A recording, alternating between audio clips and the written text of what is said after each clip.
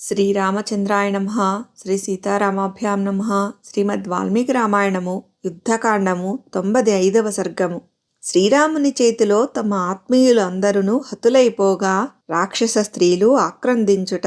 రావణుని ఆదేశానుసారము యుద్ధమునకు వచ్చిన వేల కొలది అశ్వములను, ఆశ్వీకులను, గజములను ధ్వజపతాకములతో విలసిల్లుచు అగ్నికాంతులతో తేజరిల్లుచున్న వేల కొలది రథములను, చిత్ర విచిత్రములైన బంగారు ధ్వజములు గలవారు, గదలను పరిఘలను చేబూనియున్నవారు, కామరూపులు శూరులు అయిన వేల కొలది రాక్షసులను అసహాయశూరుడైన శ్రీరాముడు మేలిమి బంగారు ఆభరణములతో ఒప్పుచున్న తీవ్రములగు శరములతో నేలమట్టము గావించెను.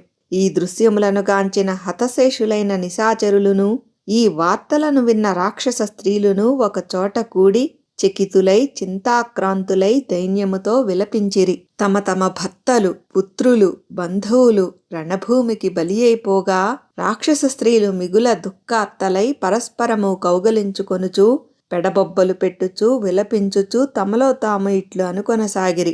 శ్రీరాముడు మన్మధుని వలె మిక్కిలి స్ఫురద్రూపి, సుకుమారుడు, ఎంతయో శక్తిమంతుడు, సమస్త ప్రాణుల హితము కొరకు పాటుపడుచుండువాడు.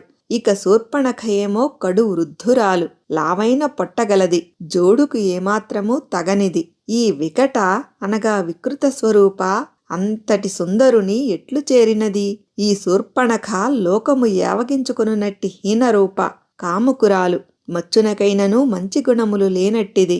ఇంక రాముడైతే సకల సద్గుణ సంపన్నుడు, దివ్య తేజోమూర్తి. దుర్ముఖి అయిన ఈ రాక్షసి ఆ సుందరాకారునికై ఎట్లు ఆశపడినది? ఈ ముసలిదాని జుట్టంతయు నెరసినది, శరీరము మిగుల ముడతలు పడినది. లంకావాసులైన మన రాక్షసుల యొక్క దౌర్భాగ్యము వలన ఈమె మిక్కిలి అకృత్యమునకు పాల్పడి నవ్వుల పాలైనది. ఈమె దుష్కృత్యమునకు లోకము చీకొట్టినది. రాఘవునకు ఏ విధముగనూ సరితూగని ఈ వికృత రూప జనస్థానమునందలి ఖరదూషణాది రాక్షసుల వినాశనము కొరకే ఆ మహాపురుషుని ఎడ బరిదగించి ప్రవర్తించినది. ఆమె కారణముగనే రావణుడు శ్రీరాముని ఎడ తీరని వైరమునకు పూనుకొనినాడు. రాక్షసుల చావు కొరకే రావణాసురుడు సీతను అపహరించుకొని లంకకు తీసుకొని వచ్చినాడు. ఎంతగా వేధించినను జనక మహారాజు కూతురైన సీతాదేవి మాత్రము ఈ దశగ్రీవునకు దక్కదు సరికదా. ఇతనికి శ్రీరామునితో అంతులేని బద్ధ వైరము మాత్రము మిగులును. రాక్షసుడైన విరాధుడు సీతాదేవికై ఆశపడగా అసహాయశూరుడైన రాముడు ఒక్కడే అతనిని హతమార్చెను.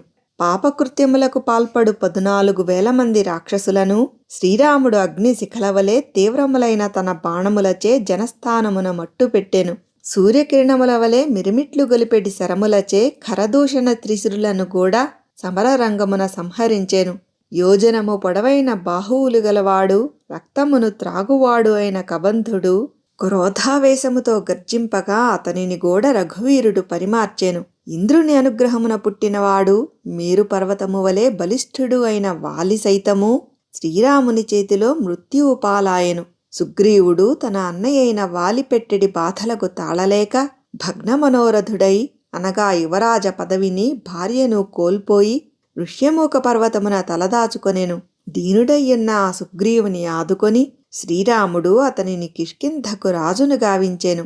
ఇవి అన్నియును మహాత్ముడైన శ్రీరామచంద్ర ప్రభు యొక్క శౌర్య పరాక్రమములకు పరమ నిదర్శనములు. ఆనాడు నిండు సభలో విభీషణుడు నుడివిన మాటలన్నీయును రాక్షసులందరికీ హితమును గూర్చెడివి. అవి ధర్మబద్ధములు, ప్రయోజనకరములు. కాని సీతాదేవిపై గల మోహము వలన రావణునకు ఆ వచనములు రుచింపలేదు. కుబేరుని తమ్ముడైన దశగ్రీవుడు ఆనాడు విభీషణుని మాటలను పాటించియున్నచో నేడు ఈ లంకానగరము శ్మశాన భూమిగా మారియుండెడిది కాదు. లంకావాసులు దుఃఖార్తులై ఉండెడివారు కారు. మహాకాయుడు, మిగుల బలశాలి, దుర్జయుడు అయిన కుంభకర్ణుడు శ్రీరాముని చేతిలో హతుడయ్యెను. రావణుని ప్రియపుత్రుడైన ఇంద్రజిత్తును లక్ష్మణుడు నేలగూల్చెను. ఇంతటి యోధులు మృతి చెందినను రావణునకు బుద్ధి రాలేదు. యుద్ధమున నా పుత్రుడు మరణించెను, నా సోదరుడు అసువులను కోల్పోయెను, నా భర్త మృత్యుపాలాయెను అను విలాపవచనములు ఆ లంకలో ఇంటింటను వినపడుచుండెను. ఇంకనూ ఆ రాక్షస స్త్రీలు ఇట్లు విలపింపదొడంగిరి. మహావీరుడైన శ్రీరాముని చేతిలో లక్షల కొలది రథములును నుగ్గునుగ్గాయెను.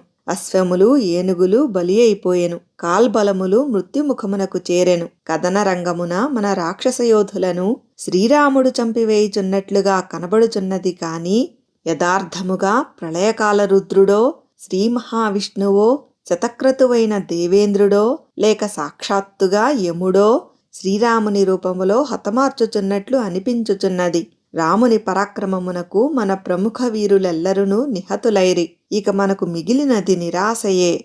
మన ఈ భయమునకు అంతే లేనట్లున్నది. ఇక అనాథలమైన మనకు మిగిలినవి విలాపములే. దశగ్రీవుడు సహజముగనే మహావీరుడు. పైగా అతడు బ్రహ్మ నుండి వరములను పొందియున్నాడు. ఆ కారణమున మిగుల గర్వితుడై అతడు శ్రీరాముని వలన వచ్చిపడిన ఈ ఘోర భయమును అనగా విపత్తును గుర్తింపలేకున్నాడు. ఈ ఘోర సంగ్రామమున రాముని వలన ఏర్పడిన ఈ ఉపద్రవము నుండి రక్షించుటకు దేవతలు, గంధర్వులు, పిశాచములు, రాక్షసులు మున్నగు వారిలో ఎవ్వరునూ సమర్థులు కారు.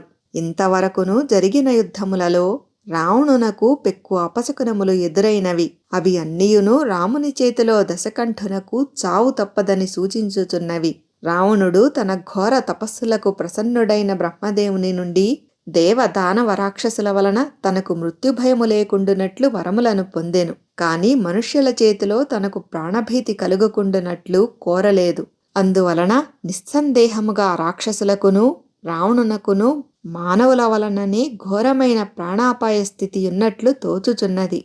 బ్రహ్మదేవుని వరప్రభావమున బలగర్వితుడైన రావణుడు పెట్టెడి బాధలకు దేవతలు తట్టుకొనలేకపోయిరి. అంతట వారు తీవ్రమైన తపస్సుల ద్వారా పితామహుని ఆరాధించిరి. మహాత్ముడైన బ్రహ్మదేవుడు అందులకు సంతుష్టుడై దేవతల హితము కొరకు వారి అందరితో ఇట్లు వచించెను.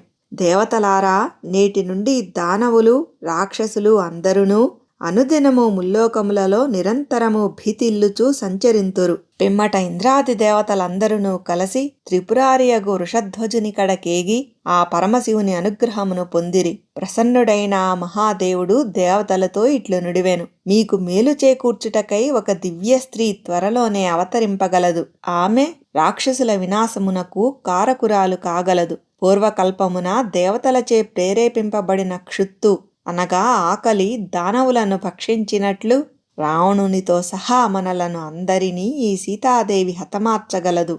వినయరహితుడు దుష్టబుద్ధియోగు రావణుడు అధర్మమునకు పాల్పడినందున ఘోరమైన ఈ వినాశము దాపురించినది. దీనివలన మనకు అంతులేని సంతాపము వాటిల్లినది. ప్రళయకాలమునందు మృత్యుముఖమునకు చేరిన వారిని వలె శ్రీరాముని వలన వచ్చి పడిన ఈ సంకట స్థితికిలోనైన మనలను ఆదుకొనువాడు ఈ లోకమునందు ఎవ్వడునూ కనబడుటలేదు. అడవిలో దావాగ్ని మధ్య చిక్కుపడిన ఆడు ఏనుగుల వలె భయంకరమైన అనగా ప్రమాదకరమైన ఈ విపత్తునకు గురి అయిన మనలను రక్షించువాడు ఎవ్వడునూ లేడు. మహాత్ముడైన విభీషణుడు శ్రీరాముని వలన కలగనున్న ప్రమాద స్థితిని ముందుగానే గ్రహించినాడు. అందువలన ఆ బుద్ధిశాలి సమయోచితముగా శ్రీరామచంద్ర ప్రభువునే శరణుజొచ్చినాడు. ఈ విధముగా నిశాచర స్త్రీలందరూ మిక్కిలి ఆర్తితో పెను విషాదమునకు లోనైరి. వారు మిక్కిలి భయముతో కృంగిపోయి పరస్పరము కౌగలించుకొనుచు బిగ్గరగా ఆక్రందింపసాగిరి. వాల్మీకి మహర్షి విరచితమై ఆదికావ్యమైన శ్రీమద్ రామాయణమునందలి యుద్ధకాండమునందు ఇది 95వ సర్గము.